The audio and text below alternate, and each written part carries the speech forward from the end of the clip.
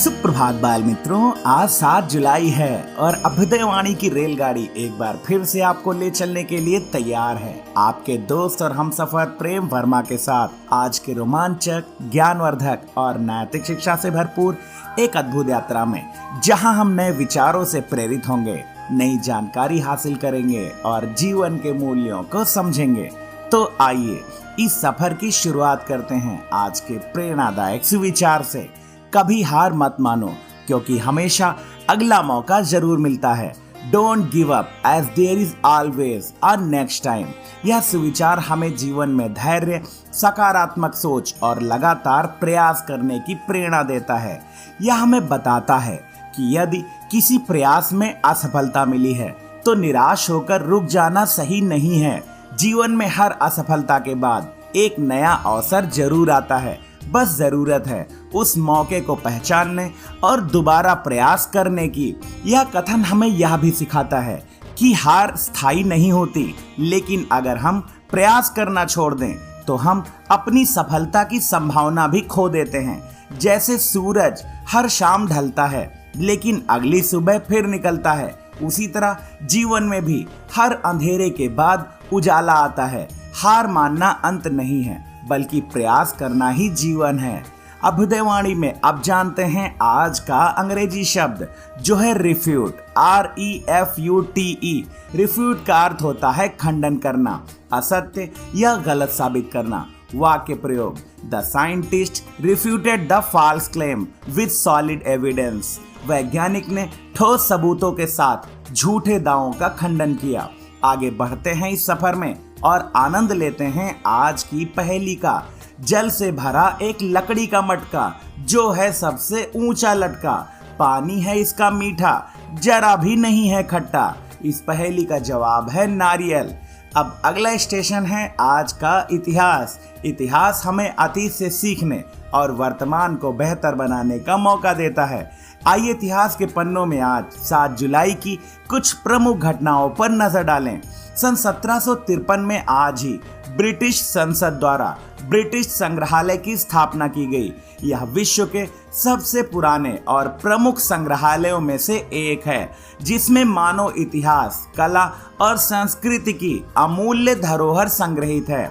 सन 1943 में आज ही रास बिहारी बोस ने नेताजी सुभाष चंद्र बोस को आजाद हिंद फौज की कमान सौंपी, जिससे भारतीय स्वतंत्रता संग्राम को एक नई ऊर्जा मिली। सन 1948 में आज ही भारत की पहली बहुउद्देशीय नदी परियोजना दामोदर घाटी निगम DVC की स्थापना हुई, जिसका उद्देश्य था सिंचाई, बिजली उत्पादन, बाढ़ नियंत्रण और नदी घाटी का विकास। सन 1958 में आज ही अलास्का को आधिकारिक रूप से संयुक्त राज्य अमेरिका का 49वां राज्य घोषित किया गया। सन 1981 में आज ही सोलर चैलेंजर, दुनिया के पहले सौर ऊर्जा से चलने वाले विमान ने इंग्लिश चैनल को पार कर नवीकरणीय ऊर्जा के क्षेत्र में नया कीर्तिमान स्थापित किया।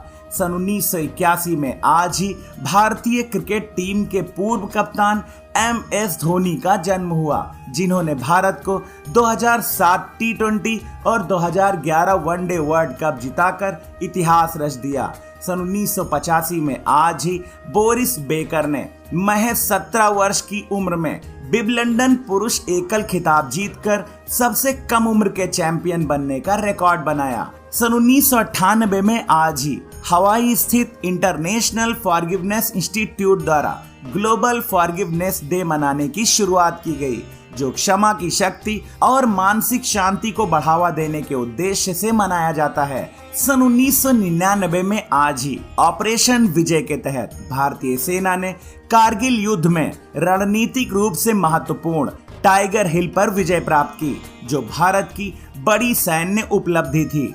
सन 2003 में आज ही नासा ने अपॉर्चुनिटी रोवर को मंगल ग्रह पर भेजा, जिसने वहां जीवन की संभावनाओं का अध्ययन कर वैज्ञानिक खोजों को नया आयाम दिया। सन 2007 में आज ही भारत का गौरव ताजमहल को दुनिया के 7 नए अजूबों में शामिल किया गया, जिससे भारत की सांस्कृतिक और वास्तुकला विरासत को वैश्विक पहचान मिली। 7 जुलाई सन 2021 को प्रसिद्ध भारतीय अभिनेता दिलीप कुमार का 98 वर्ष की आयु में निधन हो गया। अभ्युदयवाणी की अगली कड़ी प्रेरक व्यक्तित्व में आज हम जानेंगे हिंदी सिनेमा के सबसे महान और प्रतिष्ठित अभिनेताओं में से एक दिलीप कुमार के बारे में। दिलीप कुमार, जिनका असली नाम मोहम्मद यूसुफ खान था, हिंदी सिनेमा के सबसे महान और प्रतिष्ठित अभिनेताओं में से एक माने जाते हैं। उनका जन्म 11 दिसंबर 1922 को पेशावर, अब पाकिस्तान में हुआ था। उन्होंने अपने फिल्मी करियर की शुरुआत सन 1944 में फिल्म ज्वार भाटा से की थी, लेकिन उन्हें असली पहचान मिली 1949 की फिल्म अंदाज से, जिसमें उन्होंने राज कपूर और नरगिस के साथ अभिनय किया। दिलीप कुमार को ट्रेजेडी किंग कहा जाता था क्योंकि उन्होंने कई बार गंभीर और भावनात्मक भूमिकाओं को इतनी गहराई से निभाया कि दर्शकों के दिलों में अमिट छाप छोड़ दी। देवदास, मुगले आजम, गंगा जमुना, मधुमती और नया दौर जैसी फिल्मों में उनका अभिनय भारतीय सिनेमा के स्वर्णिम अध्याय हैं। उन्होंने अपने लंबे करियर में कई राष्ट्रीय और अंतर्राष्ट्रीय पुरस्कार जीते, जिनमें पद्म भूषण, पद्म विभूषण और दादा साहब फाल्के पुरस्कार शामिल हैं। दिलीप कुमार न केवल एक शानदार अभिनेता थे, बल्कि सादगी, गरिमा और सामाजिक जिम्मेदारी के भी प्रतीक थे। दिलीप कुमार ने अभिनय को नई ऊंचाइयां दी और आने वाली पीढ़ियों के लिए प्रेरणा स्रोत बने। 7 जुलाई सन 2021 को उनका निधन हुआ, लेकिन वह भारतीय सिनेमा में हमेशा अपनी अद्वितीय कला और योगदान के लिए याद किए जाएंगे। अभ्युदयवाणी के दैनिक विशेष में अब हम जानेंगे 7 जुलाई को मनाए जाने वाले विश्व चॉकलेट दिवस के बारे में। विश्व चॉकलेट दिवस हर वर्ष 7 जुलाई को मनाया जाता है। यह दिन 1550 में चॉकलेट के यूरोप में आगमन की याद दिलाता है, जब स्पेनिश खोजकर्ता हर्नान कोर्टेस मैक्सिको से कोको बीन्स लेके आए थे। चॉकलेट का इतिहास करीब 2500 साल पुराना है, जिसकी शुरुआत माया और एज़टेक सभ्यता से मानी जाती है। पहले इसे पेय के रूप में उपयोग किया जाता था, लेकिन यूरोप में चीनी और दूध मिलाकर इसे मीठा बनाया गया। औद्योगिक क्रांति के बाद चॉकलेट का उत्पादन आसान और सस्ता हो गया, जिससे यह आम लोगों में भी लोकप्रिय हो गया।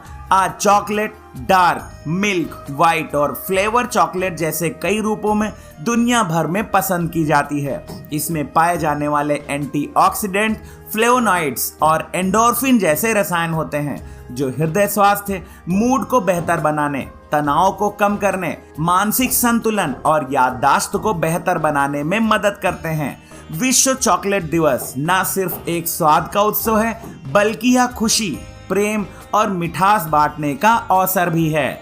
अभ्युदयवाणी के अंतिम पड़ाव पर अब जानते हैं आज की प्रेरणादायक बाल कहानी, जिसका शीर्षक है मीना और मोनी। एक खूबसूरत बगीचे में मीना नाम की एक छोटी सी लड़की रहती थी। मीना को रंग बिरंगे फूलों से बहुत प्यार था। बगीचे में कई तरह के फूल खिले हुए थे और उन फूलों के बीच सुंदर तितलियां भी उड़ती रहती थीं।